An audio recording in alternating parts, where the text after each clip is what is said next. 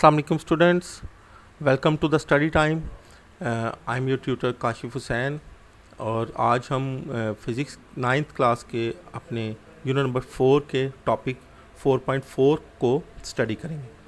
तो 4.5 जो टॉपिक है प्रिंसिपल ऑफ मोमेंट्स, यानी कि मोमेंट्स का असूल, टार्क का असूल क्या है।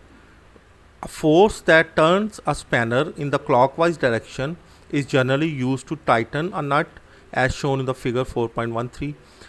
आमतौर पर किसी नट को टाइट करने के लिए हम जो फोर्स लगाते हैं वो क्लॉकवाइज होती है। आपको पता होगा क्लॉकवाइज जैसे घड़ी की सुइयाँ राइट साइड की तरफ रोटेट करती हैं, राइट का साइड की तरफ मूव करती हैं, उसी तरह हम स्पैनर को अगर राइट साइड पर मूव करेंगे तो हम किसी नट को टाइट कर सकते हैं। आमतौर पे a torque or movement of the force so produced is called clockwise movement। इस तरह का अगर टॉर्क पैदा होता है तो उसको हम क्लॉकवाइज मूवमेंट कहते हैं। ठीक हो गया। On the other hand to loosen a nut, दूसरी तरफ जब हम किसी नट को खोलते हैं, उसको ढीला करते हैं, the force is applied such that it turns the nut in the anti clockwise direction. तो हम नट को इस तरह से फोर्स अप्लाई करते हैं कि जो फोर्स होती है उसकी डायरेक्शन एंटी क्लॉकवाइज होती है, यानी कि जैसे घड़ी की सुइयाँ मूव करती हैं उसके उलट डायरेक्शन में वो मूव करती है। द टॉर्क और movement of the force so produce is called anti clockwise movement. तो उसी तरह इस टॉर्क को जो एंटी क्लॉकवाइज उसको फोर्स लगाने से पैदा हुआ है उसको एंटी क्लॉकवाइज मूवमेंट कहेंगे। ठीक है। अच्छा, इसका असूल ये है बच्चों कि कोई भी बॉडी जो है जिसकी क्लॉकवाइज और एंटी क्लॉकवाइज दोनों टॉर्क्स या दोनों मोमेंट्स अगर इक्वल हैं तो वो बॉडी जो है वो रेस्ट पे होगी, वो बॉडी रोटेट नहीं करेगी। ये मैं आगे इसकी रीडिंग करता हूँ। A body initially at rest does not rotate if sum of all the clockwise movements acting on it is balanced by the sum of all the clockwise movements acting on it. अगर उसकी एक direction में जो उसके ऊपर force लग रही है क्लॉकवाइज और जो दूसरी डायरेक्शन में एंटी क्लॉकवाइज जो फोर्स लग रही है वो दोनों अगर बराबर हैं दोनों फोर्सेस, तो फिर वो बॉडी रोटेट नहीं करेगी, वो बॉडी रेस्ट पे होगी, रुकी रहेगी। इसको कहते हैं द प्रिंसिपल ऑफ मूवमेंट्स। मिसाल के तौर पे आपने देखा, अगर ये सीसा जो बच्चों का झूला होता है, ये आपको डायग्राम में नज़र आ रहा होगा, इसमें दो बच्चे बैठे हुए हैं और दोनों का वज़न तकरीबन बराबर है, यानी वो जो क्लॉकवाइज ये जो गर्ल बैठी हुई है इसका जो क्लॉकवाइज जो टॉर्क किसकी वजह से प्रोड्यूस हो रहा है और ये जो बॉय का टॉर्क है ये एंटी क्लॉकवाइज, इन दोनों का टॉर्क बराबर है। तो ये जो झूला है, ये जो सीसा है, ये मूव नहीं करेगा बल्कि ये इसी जगह पे रुका रहेगा। तो इसकी जो डेफिनेशन है, a body is balanced if the sum of clockwise movements acting on a body is equal to the sum of anti clockwise movements acting on it.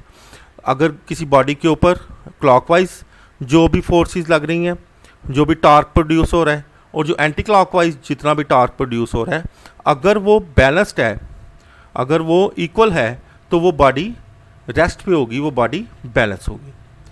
ठीक है। इसके नेक्स्ट टॉपिक पे जाते हैं। इसकी आगे एग्जांपल है पेज नंबर 93 के ऊपर।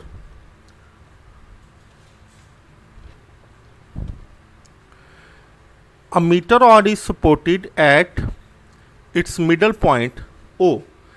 एक मीटर रॉड है, जैसे कि एक वो कपड़ा नापने के लिए इस्तेमाल होता है मीटर रॉड, उसको सेंटर से उसका मिडल पॉइंट है ओ, उसके ऊपर किसी जगह से उसको ठहराया गया है, किसी सपोर्ट के ऊपर उसको रखा गया है। The block of weight 10 newton is suspended at point B. अब इसका ये जो पॉइंट बी है, ये जहाँ पे ये आपको नज़र आ रहा होगा, इसके ऊपर एक ब्लॉक लटकाया गया है जिसका जो वेट है वो है 10 न्यूटन। और इसी तरह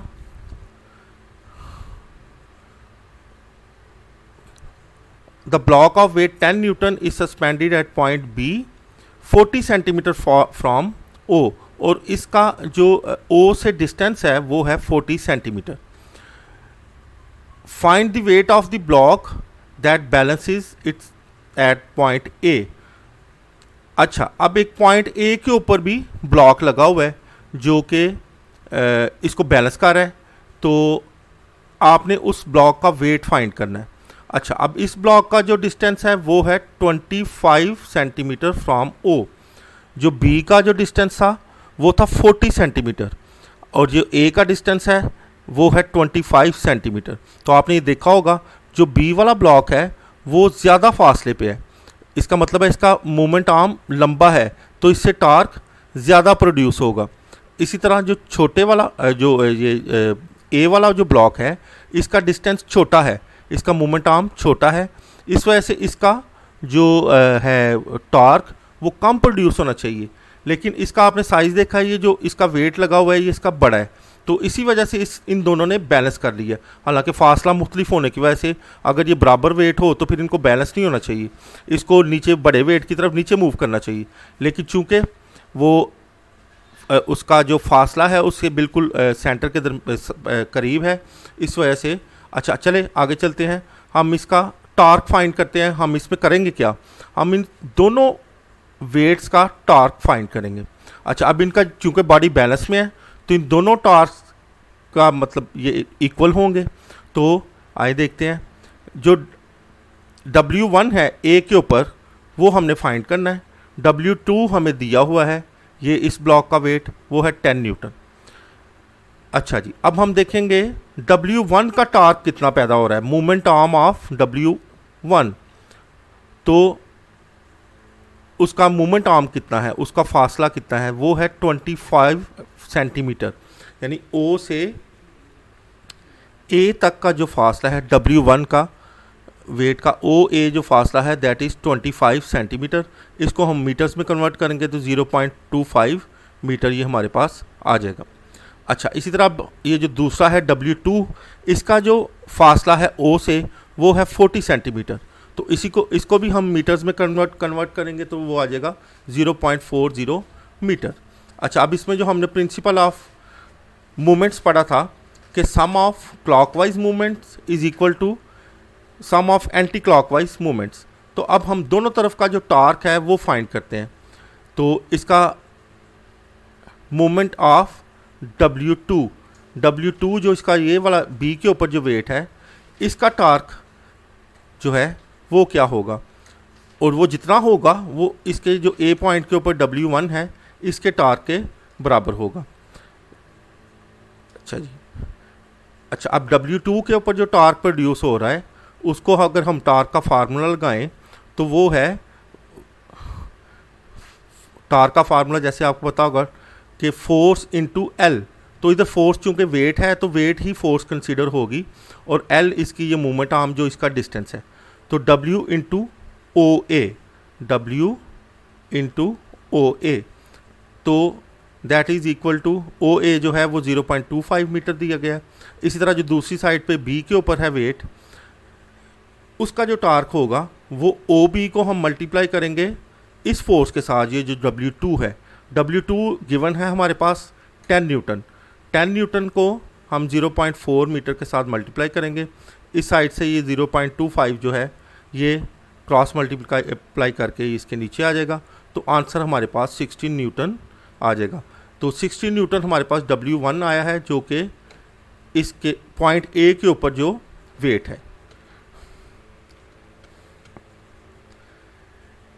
जी, नेक्स्ट हमारा टॉपिक है सेंटर ऑफ मास।